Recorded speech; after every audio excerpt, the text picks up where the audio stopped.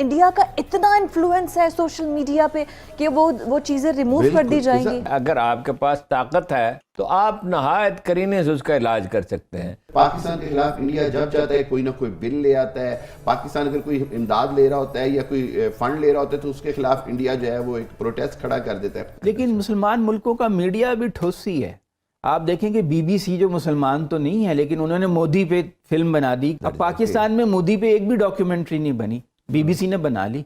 अब उस पर पाबंदी लगा दी है उन्होंने, इंडिया में आप उसको नशर नहीं कर सकते, उसका एक पार्ट आया है। इसी दस्तावेजी फिल्म की दूसरी एपिसोड 24 जनवरी को चलनी है। अब क्वेश्चन ये है क्या वो चलेगी या नहीं। राइट। इस बात ये है कि यही बदकिस्मती है कि आज दुनिया मईशत के मरकजों के साथ चल रही है। राइट। जिसकी इकोनॉमी मजबूत है वो डिक्टेट कर रहा है। मईशत की जबान समझी जाती है। देखें $150 बिलियन इंडिया सिर्फ गल्फ और सऊदी अरब जैसे मुल्कों से हासिल करता है। हम मुसलमान ममालिक के लिए जरूरी है कि हम इकट्ठे होकर एक लाया अमल अपनाएं। अगर हम दुनिया के 52 ममालिक मुसलमान ममालिक अपनी दौलत और GDP इकट्ठी करें, दुनिया की कोई ताकत हमारा मुकाबला नहीं कर सकती।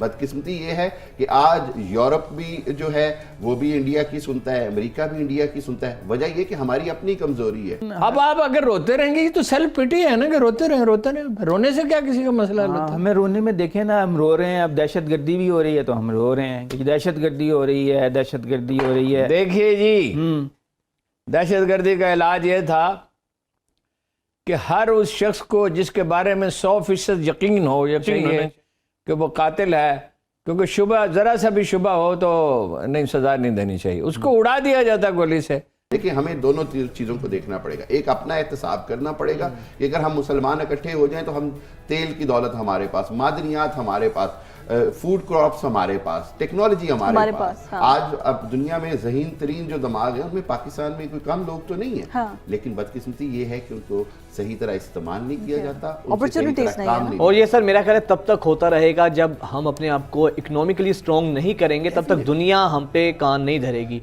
अब सही गलत की जबान नहीं होती। अब जो मुआशी तौर पे मजबूत है वो गलत भी है तो उस पर कोई बात नहीं। दौर आ गया वो जिसको कहते हैं ना माइट इज राइट। तो आज इकोनॉमिकल जो माइट है वही राइट है। यही प्रॉब्लम है। उसको साथ खून भी माफ है। साथ खून भी माफ है। अगर ऐसी कोई डॉक्यूमेंट्री बनी थी तो 22 साल बाद क्यों रिलीज किया? तब रिलीज करते ना जब वो जैक्स्ट्रा फिर ऑफिस वगैरह में था तो अब रिलीज करते। जब सेशंस कोर्ट ने, हाई कोर्ट ने, SIT ने, सुप्रीम कोर्ट ऑफ इंडिया ने क्लीन चिट दे दिया। जब 22 साल इन्वेस्टिगेशन चला उन्होंने क्लीन चिट दिया। जब कांग्रेस के टाइम 2 आउट ऑफ 2/3 इन्वेस्टिगेशन चला, कांग्रेस की सरकार थी, तब क्लीन चिट मिला, सब चीज़ों का फैसला हो गया। जब ये सारी चीज़ें सेटल हो गई तब BBC जागता है और कहता मैं अपने 2 कॉरेस्पॉन्डेंट भेज देता हूँ, वो जाके जांच करेंगे, वो जाके डॉक्यूमेंट्री बनाएंगे। देखिए BBC का TRP नेटफ्लिक्स से कम कर दिया, ये ठीक है। अब ऐसी चीज़ें TRP के लिए थोड़ा फ़ायदा होती, लोग सब्सक्रिप्शन लेंगे, देखेंगे। अब वैसे भी BBC की साइट खोले तो नीचे चिट्ठा लिखा था, भाई साहब कृपया हमें कुछ पैसे दें। ये तो वही सर उस शेर का मिज़ाक है, हम आह भी करते हैं तो हो जाते हैं बदनाम, कत्ल भी करते तो चर्चा नहीं होता। बिल्कुल वाह वाह वाह, बिल्कुल ठीक है। और मैं वही कहती कि जो जर्नलिस्ट हैं जिन्होंने ये पूरी डॉक्यूमेंट्री बनाई है, उन्होंने भी बाद में जब आके फ्रंट फुट पे किया, उन्होंने कहा बिल्कुल रियलिटी बेस्ड है, अब इसको हटा देना। और गलत चल जाए तो डेफर्मेशन क्लेम करके उनको इसका खमियाजा भुगतना पड़ता है। BBC जैसा चैनल और क्रेडिबिलिटी उनकी खराब नाम। पूरी दुनिया में तमाम ममालिक जो हैं अपनी लॉबिंग करते हैं, अमेरिकन सेनेटर्स के साथ मुलाकातें करते हैं, उसका एक फंड मखसूस होता है जो उनको अपने ममालिक के बारे में आवाज़ उठाने के लिए राय आमा हमवार करता है वहाँ पे। तो इसमें हमारी भी कमी है कि पाकिस्तान हमारी अपनी लॉबिंग कमज़ोर है।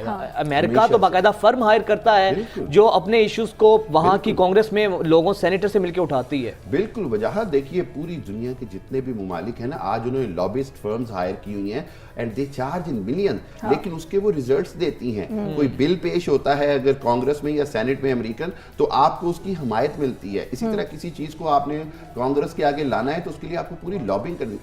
प्रॉब्लम क्या है पाकिस्तान के अंदर? तो अनफॉर्चुनेटली पॉलिटिकल स्टेबिलिटी नहीं है, इकोनॉमिकल स्टेबिलिटी नहीं है, और सबसे बड़ी बात ये कि विल नहीं आ रही नजर, और विजन नहीं, विजन और विल नहीं नजर आ रही कि यार ये काम हम करें, ये हमारी कौम को और हमारी नस्लों को महफूज करने के लिए। पाकिस्तान के खिलाफ इंडिया जब चाहता है कोई ना कोई बिल ले आता है, पाकिस्तान अगर कोई इमदाद ले रहा होता है या कोई फंड ले रहा होता है तो उसके खिलाफ इंडिया जो है वो एक प्रोटेस्ट खड़ा कर देता है। इसी तरह पाकिस्तान को जरूरी है कि एक काउंटर स्ट्रेटेजी डिफाइन करें जिसके तहत इंडिया का असर اصل چہرہ کانگریس میں دکھائیں, برٹش پارلیمنٹ میں دکھائیں, یورپی یونین کے پارلیمنٹ میں دکھائیں. دنیا کے 3 بڑے فورمز ہیں اس وقت, برٹش پارلیمنٹ, یورپی یونین پارلیمنٹ, امریکن پارلیمنٹ, اور چوتھا بڑا یونائٹڈ نیشن. آپ ان چاروں جگہوں پہ اگر امریکہ انڈیا کا اصل چہرہ دکھائیں. دیکھیں ہمیں تو جھوٹ بولنے کی بھی ضرورت نہیں, انڈیا جھوٹ بول کے ہمارے خلاف پروپیگنڈا کھڑا ٹھیک ہے, اصل چہرہ دکھائیں. ایگزیکٹلی وہ کہہ رہے ہیں اگر ہم نے افغانستان میں کارروائی کی تو ایک نہ ختم ہونے والی جنگ شروع ہم اصول کو دیکھتے ہیں, ہم یہ نہیں دیکھتے کون کر رہے ہیں. عمران خان صاحب کہیں یا کوئی کہیں, نہ ختم ہونے والی جنگ کے بدلے. عمران خان صاحب مجھ سے کہتے تھے سری لنکا میں کبھی امن نہیں ہوگا. آپ ان سے پوچھ لیجئے کبھی انٹرویو کرنے کا موقع ملے, سری لنکا میں کیسا امن ہوا تھا. وہ مالی کرائسس بعد کی بات ہے. نہیں, مالی کرائسس اور چیز ہے, دہشت گردی نہیں, وہ تو بعد میں ہوا نا. اچھا ہارون صاحب, بعض ایکسپرٹ یہ کہتے ہیں, میں نے سری لنکا کا پریزیڈنٹ ہاؤس دیکھا, جی ایچ کیو دیکھا, اور بھی دفاتر دیکھے, 2 گارڈ کھڑے تھے, اتنے بھی نہیں جتنے ڈپٹی کمشنر کے دفتر کے باہر کھڑے ہوتے ہیں. کہ ہم نے جب دہشت گردوں کو کچل دیا ایک وقت میں, اس کے بعد ہمیں چاہیے تھا پولیس فورس کو ویل اکوپڈ کرتے. پولیس فورس تو ویل اکوپڈ نہیں ہے, انٹیلیجنس سویلین ہم نے بنائی نہیں صحیح طرح سے, اب وہ ان کا مقابلہ نہیں کر پا ہم رہی. نے کہا ہے کہ فوج ٹھیکہ لے ہر چیز کا, اور فوج میں بھی یہ رجحان پایا جاتا ہے, اپنے اسٹیبلشمنٹ میں بھی ٹھیکہ لینے کا. او بھائی سارے ادارے کام کرتے, ایک مشین ہے بہت بڑی, بہت ہی عظیم الشان, ایک عظیم الشان مشین ہے, اس کے سارے کل پرزے کام کریں گے نا.